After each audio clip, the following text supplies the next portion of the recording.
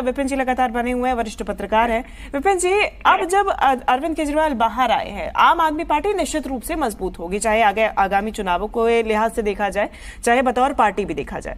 लेकिन दिल्ली सरकार कितनी मजबूत होगी?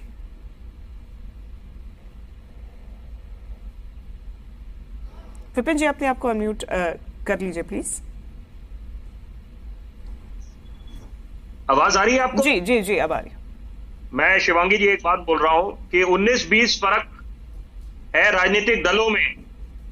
मैं ये बोलना चाहूंगा कि कांग्रेस को देखिए, कांग्रेस ये श्रेय ले रही थी कि वो लोग विसल ब्लोअर्स हैं, उन्होंने पर्दाफाश करा है। ये कथित, मैं इसको शराब घोटाला नहीं बोलूंगा, कथित जो ये बातें उठ रही है कि ये रोल बैक क्यों करा गया आबकारी नीति को, और यहां पर मनी ट्रेल है, तो वहां पर श्रेय लिया कांग्रेस पार्टी ने।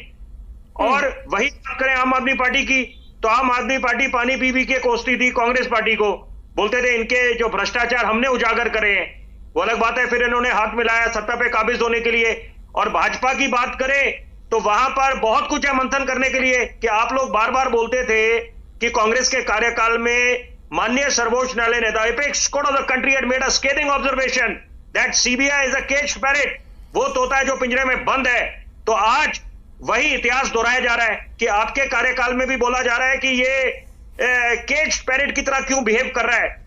और सीजर्स वाइफ, एक बात तय है कि जब सीजर्स वाइफ के बारे में बात बोला जा रहा है कि यहां पर ये क्या कारण है, कि देखिए एक बात तो तय है कि जो अरेस्ट है उसको वैध बोला गया है, ये बात तय है। लेकिन कंटिन्यूड इनकार्सरेशन, कि आप किसी एक व्यक्ति को, चाहे वो रसूख वाला हो चाहे आम आदमी हो, उसको आप इनडेफिनिट कार्यकाल के लिए, पीरियड के लिए, अवधि के लिए अगर आप उसको जेल की सलाखों के पीछे रखते हैं तो उसकी जो पर्सनल लिबर्टी है वो हैम्पर होती है, वो आप उसमें बाधा डाल रहे हैं। तो यहां पर ये बहुत अच्छी जजमेंट है। और सबसे बड़ी बात है कि देखिए केज पैरेट की बात बोली गई, लेकिन अभी बहुत कुछ मंथन करना है नेताओं को और राजनीतिक दलों को। यहां पर हम लोग बातचीत कर रहे हैं, बड़ी अच्छी बात है, विचार व्यक्त कर रहे हैं, लेकिन जो भाषा का इस्तेमाल हो रहा है इस समय वर्तमान के दौर में, यहां पर भी कोई फर्क नहीं, 19-20 फर्क होगा नेताओं में। ये लोग वो रेखा को पार कर जाते हैं, ये भूल जाते हैं कि आपको आदर्श समझा जाता है।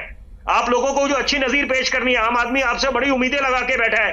आप लोग जिस तरह से बात करते हैं चौथी पास राजा, या अगर हम भाजपा की बात करें उनके नेता भी कोई कम नहीं है, कांग्रेस के नेता भी कोई कम नहीं है।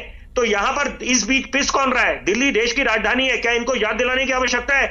यहां पर उम्मीदें हम लगा के बैठे कि दिल्ली पेरिस सिंगापुर बनेगी।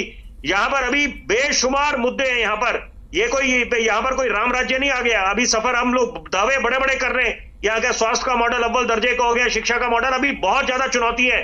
तो यहां पर शुरुआत जरूर हुई है, ये भी बात नहीं है, इसको भी आप नकार नहीं सकते।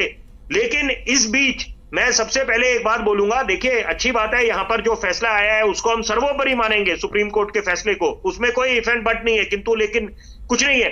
लेकिन सबसे बड़ी बात है, और ये भी बात है कि bail is a norm, jail is an exception. लेकिन सबसे बड़ी बात जो एक विषय उठता है कि यहां पर अगर मुख्यमंत्री दफ्तर नहीं जा सकते, फाइलें साइन नहीं कर सकते, तो वहां पर कैसे चलेगा?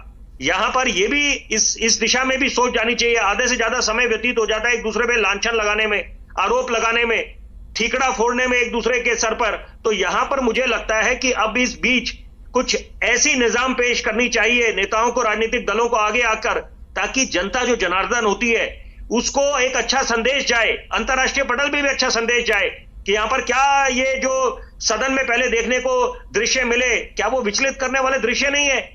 चप्पल जूते चल रहे हैं, लात घूसे चल रहे हैं, गाली गलौज चल रहा है। विपिन जी, अगर ओवरऑल